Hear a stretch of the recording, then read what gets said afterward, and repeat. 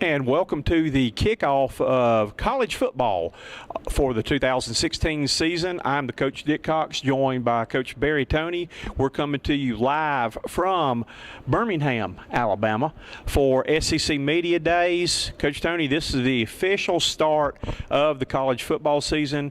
Whether you're ready or not, whether you believe it or not, college football starts 50 days from today. Hey, you're absolutely right. And I tell you what, it's time tomorrow there, Coach. Be 49 days, and you know who that game will be. The Gamecocks and the Commodores will be playing September 1st. And I tell you what, that's going to be a key ball game right now, too, because when you stop and think, and earlier in the week here at SEC Media Days, one of the Vanderbilt players has guaranteed victory for the Commodores. Again, one of those teams is going to start off behind the 8 ball with a conference loss, and one of those teams is going to be very excited, either Vanderbilt trying to get off to a good start. A lot of people say they can only see them getting 5 wins, being 1 win short of bowl season and all this year. They've got to find a way to get to 6, and if they could beat the Gamecocks, that might propel them into 6 wins and go into a bowl. Hey, you're absolutely right. It's going to be a game of high implication. And September 3rd, we got numerous games going on, and then on the 5th, got Ole Miss and Florida State playing. So, like you said, Coach, hey, football season right upon us, because after the programs, leave Hoover within a couple of weeks, be time for fall camp. Players will be reporting. A lot of the players right now are in summer school finishing that, and it'll be time to start. It'll be time to put the football down and time to tee it up, though. But this week, we've got about 1,500 media from all over the country here, and it's been kind of a calm week until today without Steve Spurrier here. I know Nick Saban made the comment he missed not having Steve Spurrier making comments to have to make a rebuttal to, or some of the other people there, though. But it's been kind of a calm week, but we had a few fireworks today. Oh, yeah. Hey, we had some fireworks. In fact, we started to have a few yesterday. And, Coach, it's not always about on the field what's happening, but oftentimes it's what's going on off the field. This is a time of year when players are away from their coaches and lots of times away from the universities that coaches have nightmares about. When they're not there, they cannot keep their thumb on their players.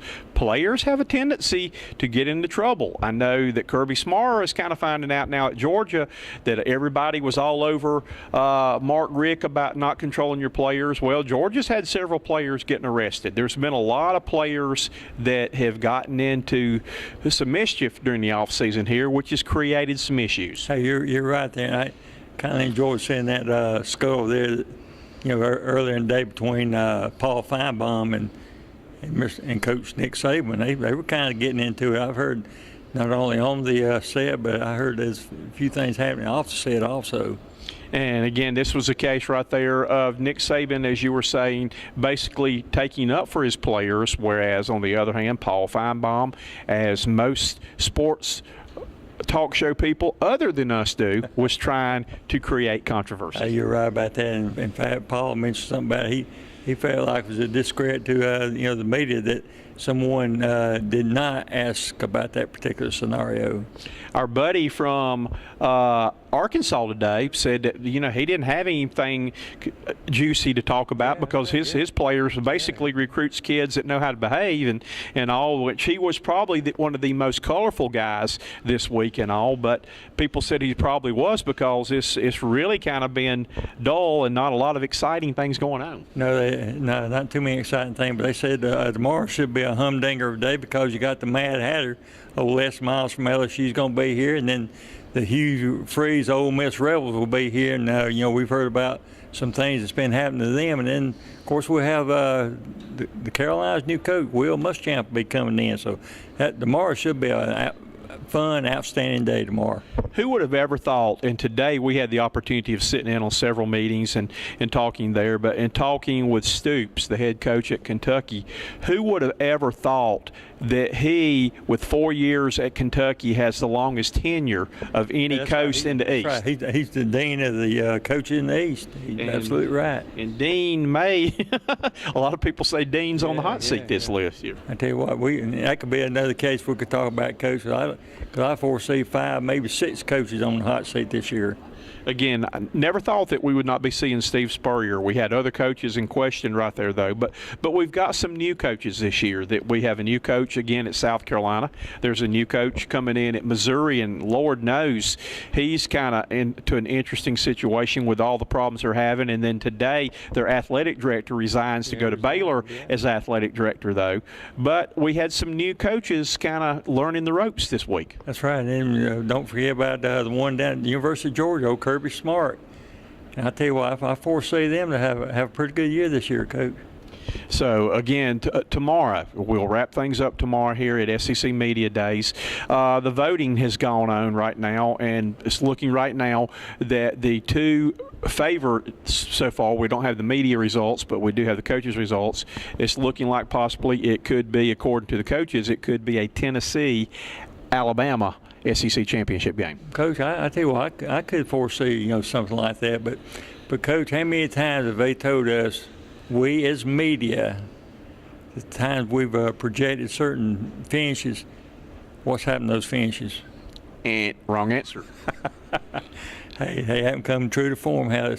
So usually that's been the kiss of death for the team that has gotten that, though. Yeah. But, who do you see this year? Are there any dark horses you could see right now? I think, personally, the East is wide open. I think there are a lot of teams that are right there close. I don't see a dominant team. I would still say, Alabama's king of the hill, but could your LSU team slip in there, give them a run for their money? Could there be a sleeper out of the West coming in? Coach, I guarantee you out of the West, of course, along with those, I feel like Bama should win it. But if LSU, if they can get that quarterback situation started with Brandon Harris, I think they could be a force with a lot of the people they got coming back. And as for a dark horse, what you mentioned there, Coach, in that East, like you said, I think it's going to be very comfortable. It's going to be more difficult than it has been in past years. But as a dark horse, I kind of see the Georgia Bulldogs come to the top in that particular division. Okay, and that was your vote, and my vote actually went to Tennessee from the standpoint they've got 9 starters returning on offense. Again, I think that Butch Jones has got a little bit more continuity, having been there for several years, whereas you've got a couple of first-year coaches and a second-year coach at Florida in there, though. But this is why we'll play the games and put the football down and see what happens. Absolutely. But like those coaches say, after the SEC Media Days, hey, it's time to strap them on and get ready to get after it. I like what Coach Spurrier said in the past about these type of sessions, SEC Media Days. It's time for talk. Time for talk. And you mentioned time for talk. We're going to talk for a minute. Coach Spurrier's got a book coming out, and it's kind of interesting they're talking about a book. He said, that he decided to go on and write a book and give his own take on things, because if you don't write a book, somebody will write a book for you. So he wanted to tell his story himself. Hey, absolutely. I tell you what, Coach, when it comes out on the shelf, I'm going to get that, because I'm looking forward to reading about some of those Spurrierisms. Well, we are here at Birmingham at the Winfrey Hotel. Tomorrow, we'll wrap things up again. As Coach Toney's mentioned, we have got Les Miles. Lester will be talking probably about the family vacation. Hugh Freeze will be dodging bullets, having to explain maybe things going on within his program that he does not want people to. And Will Muschamp will be trying to bring back the respect of the Gamecock program. You're right. Let's not forget one of the players that's going to be here tomorrow too, Heisman Trophy candidate Leonard Fournette, LSU Tiger. So we'll see what Leonard has to say about the upcoming season. Again, this should be the big day of the week to wrap things up, and we will be here to bring you all the coverage tomorrow, though. But we're excited about the upcoming season here for college football on Cox Sports Broadcasting. Coach Toney has hit the retirement stage right now, so I'm hopefully going to be able to get him into more things with us here, though. But looking forward to an exciting college football season. Look forward to it too, Coach. And by the way, this is about our 6th year coming here. Yes, it is. 6th year, and things never get dull and never get old, because as soon as we walked in today, guess who was here today with his entourage and all the fans in the below here hollering "Roll Tide." The rock star, Nick Saban. So, again, they'll always pack the lobby out. Again, we've had some fun today with one of our new colleagues that has made his first trip down here, though. It's always interesting to see how the rookies' response to what I like to call organized chaos. Hey, you're right about that. It's organized chaos, but if you get right down to it, Coach, I think it's very well organized because, a lot of the information we get and all, it's pretty much to a T, by the minute who's going to be where. So they do a great job here at the Winfrey. That time of the year where everybody's undefeated, everybody's happy, everybody's optimistic, but we know come October, things will change. Hey, it always has, and guess what, Coach? It always will be. And it's what I call the double